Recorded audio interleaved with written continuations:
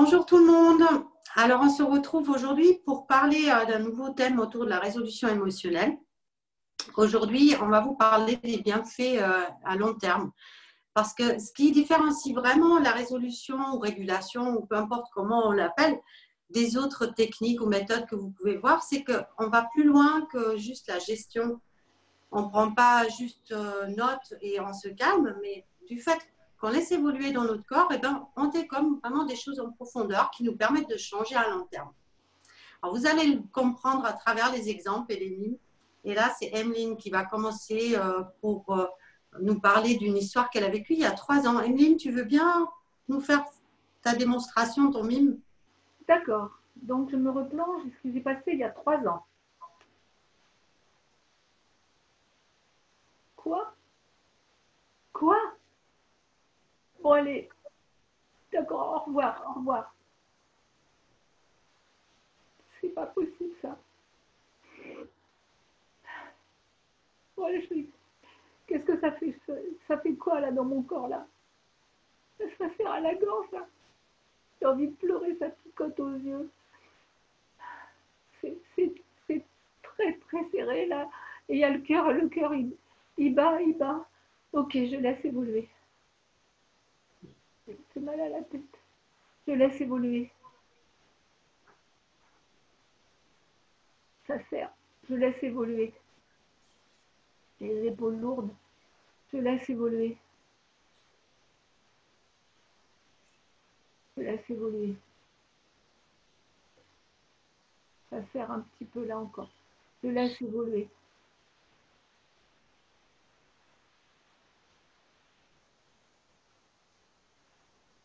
Wow, dis donc.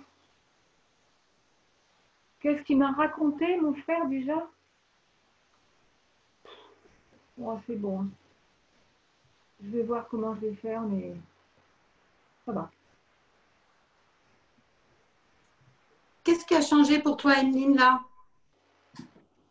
Mais ce qui a changé, c'est que c'était tellement énorme ce que mon frère m'a dit que je pensais que je ne pourrais plus jamais lui parler de ma vie. D'ailleurs, c'est ce qu'il m'avait dit lui aussi. Et puis là, après coup, je me dis que je vais chercher une solution pour pouvoir communiquer avec lui autrement et trouver un modus vivendi qui nous convienne à tous les deux. Alors que lorsque j'ai raccroché, j'étais vraiment dans un état, pour vous dire, à l'époque, j'avais même envie de mourir, tellement c'était énorme. Voilà, je me sentais détruite de l'intérieur. Voilà. Et à long terme? Eh bien, ce qui s'est passé, c'est que j'ai attendu 3 semaines pour l'appeler, parce que c'était son anniversaire, et on a trouvé tous les deux, on a chacun pu dire ce qu'on souhaitait. Et depuis 3 ans, bah, on se parle. Voilà, on n'aborde plus certains thèmes de la famille et chacun a respecté, je dirais, ce qui a été posé dans la communication. On a vraiment une communication apaisée. Et moi, j'ai du plaisir à avoir de ces nouvelles et je crois lui aussi. Ok, super. Génial, Émilie, c'est super. Ben, moi, j'ai eu aussi un truc par rapport à la régulation émotionnelle, un bienfait vraiment énorme. C'est qu'avant, j'avais peur des chiens. Donc, quand j'étais petite, je protégeais une amie qui avait peur des chiens. Elle se cramponnait à mon bras. Et moi, j'étais un peu la victorieuse là, en train de la protéger et tout. Et en fait, après, je me suis rendu compte à l'âge adulte que en fait, j'avais peur. J'avais un peu peur, tu vois. J'avais l'impression qu'un chien, ça pouvait mordre. C'était risqué. Donc, à chaque fois, je changeais de trottoir. Je me disais, oulala, ça, c'est dangereux et tout. J'ai fait 2 régulations émotionnelles. Et ensuite, j'ai senti que j'avais plus peur en fait. C'était comme, c'était parti, j'avais plus peur des chiens. Et maintenant, eh ben, je suis presque prête à acheter un chien. Il y avait une amie qui voulait un chien. Je me disais, ah super, si c'était un chien, je pourrais le voir de temps en temps et tout. Et il y a même des chiens, des fois, je les regarde, je me dis, ah, j'aimerais bien un chien comme ça et tout. Peut-être qu'un jour, j'en aurai un et tout. Donc voilà, énorme. Et donc là, tu as régulé spécifiquement sur ta peur des chiens. Ouais, tout à fait. J'ai régulé, tu vois, le moment juste avant de changer de trottoir. Quand je sens vraiment que la peur, elle commence à monter, moi je fais plutôt comme ça, dès qu'elle commence à monter, je ferme les yeux et je laisse faire, donc je régule. Et c'est à ce moment-là que j'ai régulé. Et après, je me suis rendu compte que maintenant, je ne change plus de trottoir. Je peux caresser les chiens. Je n'ai pas l'impression qu'ils vont me mordre les mollets et tout ça. Donc là, tu étais sur un objectif clair et net. Moi, pour parler de ma situation, en fait, donc je suis présente à l'écran, ce qui était quelque chose d'absolument impossible. Par contre, j'ai absolument pas régulé ça. Donc en fait, voilà, je me suis fait surprendre par un résultat, c'est-à-dire que des régulations, j'en fais régulièrement. Par contre, ce blocage émotionnel qui m'empêchait d'être là, en fait, je ne sais pas à quel moment je l'ai dégommé, mais c'est très certainement une fois où j'ai fermé les yeux sur autre chose. Mais cette empreinte sensorielle-là, elle était aussi, et je ne le savais pas, responsable du fait que j'étais dans un état de panique incommensurable devant un écran. J'aurais été incapable d'aligner deux mots. Là, je me sens incroyablement calme, mais j'ai jamais régulé ça. Et ça tient parce que ça fait quoi, 3-4 semaines qu'on est là maintenant. Donc, alors, c'est un peu comme un effet secondaire. Ouais, en fait, ouais, c'est un bénéfice secondaire et j'ai jamais visé ça. Donc, je ne sais même pas à quel moment, à quoi c'était rattaché. Et j'ai envie de dire, c'est ça qui est génial avec cette méthode-là, c'est que on vise quelque chose. Donc, comme par exemple pour Annelise, elle vise les chiens. Donc, si ça marche sur les chiens génial. Mais cette empreinte sensorielle-là, ça se trouve, c'est aussi une qui intervenait dans tel truc, tel truc, tel truc. Et en fait, c'est les bénéfices cachés d'une régulation précise. Moi, c'est arrivé un jour, je ne sais pas à quel moment, mais le constat est que j'ai dit non, j'ai peur, je ne pourrai jamais passer à l'écran. Sauf que quand je me suis retrouvée devant, j'ai dit mais si, en fait, je peux le faire. Avant, je n'aurais pas pu. Je serais tombée en panique, j'aurais pas aligné deux mots, j'aurais eu chaud, j'aurais transpiré, peut-être même pleuré. Enfin, ça aurait été un truc cataclysmique, quoi. Voilà. Moi, je vais vous lire un témoignage d'une cliente à propos de ce thème de la confiance en soi. Avec Églantine, j'ai pu aborder mes angoisses, j'ai pu aborder mes perturbations et mon manque de confiance, et ainsi maîtriser mes émotions par le biais de ces exercices de résolution émotionnelle. Voilà. Et alors pour moi, à force d'avoir fait des résolutions régulièrement sur des perturbations, je me suis rendu compte que j'arrivais maintenant à accepter plus qui j'étais et plus ma façon d'être, et donc d'avoir plus confiance dans mes capacités à faire et accepter complètement ce que je suis, en fait, tout simplement. Donc au long terme, c'est plutôt pas mal, je trouve. Oui, c'est vraiment ça qui est absolument incroyable, c'est qu'on peut progresser en fonction de nous-mêmes avec ça. Moi, c'est pareil, j'ai vu qu'il y a eu des résolutions qui m'ont aidé à bouger sur des choses que je n'avais pas attendues, mais j'ai pu aussi vraiment aller vers des objectifs comme moi, c'était faire des conférences. J'avais vraiment envie de faire des conférences et j'étais morte de trouille. Ce que raconte Sophie, ça me parle beaucoup parce que je me suis retrouvée des fois devant un public en ayant des trous énormes et puis ne plus savoir quoi dire et complètement bloquée. Et le fait d'avoir résolu, je suis là aujourd'hui, je peux faire des conférences et des formations. Génial.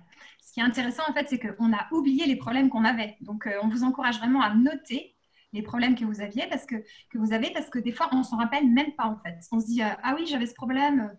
Ah oui, c'est vrai, en fait, j'avais peur. Quand la personne ne me répondait pas tout de suite, je m'inquiétais pour elle.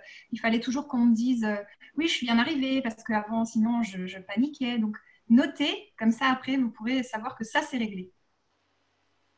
Souvent, on le voit en séance, en fait, quand on accompagne des gens sur des objectifs précis, quand on les revoit, par exemple, une séance d'après, et qu'on leur dit ça va mieux, des fois, ils vont dire « Ah bah non, parce qu'il y a ça, ça, ça ». Et en fait, quand on revient sur le… Mais en fait, vous étiez venu me voir pour la colère envers votre maman. J'ai une petite jeune qui était comme ça. Elle me fait « Ah mais non, mais j'ai passé le week-end avec elle, ça. Mais par contre, l'autre, là-bas… Et là, j'étais, ah ouais, mais en fait, c'était ça. C'est là-dessus qu'on a bossé. Et ça, elle me fait, ah ouais, non, mais ouais, je suis pas tout le temps d'accord avec ce qu'elle dit, mais enfin bon, j'ai passé le week-end avec. Ah bon, ça faisait combien de temps que c'était pas arrivé? Ah, d'accord. Mais en fait, on oublie complètement, et du coup, on va être focus sur ce qui continue de gêner aujourd'hui, alors que ce qui gênait à l'époque, ça, c'est dégommé, mais on l'oublie, quoi. Donc ça, c'est toujours marrant. C'est bien parce qu'on a l'impression tout le temps d'être des mauvais thérapeutes avec cette méthode, parce que les gens oublient, en fait. Alors, les gens oublient. Je vous raconte une autre histoire. Parce que moi, je me souviens d'une maman qui est arrivée en me disant « Faut que je vienne vous voir. Ma gamine, je vais la fracasser, j'en peux plus, je la supporte plus, elle est vilaine, elle est méchante, etc. » On fait la séance accompagnée. On fait le bilan ensuite. Elle me dit « Mais ma petite, mais elle est mignonne. Qu'est-ce qu'elle est gentille. Oh, mais la maîtresse a dû lui expliquer qu'il faut être gentil avec sa maman. Moi, j'adore. Voilà, alors je lui ai dit sûrement, mais en même temps, c'est vous aussi qui avez fait le travail, et comme c'est juste arrivé après, c'est aussi le bénéfice de votre travail. Voilà.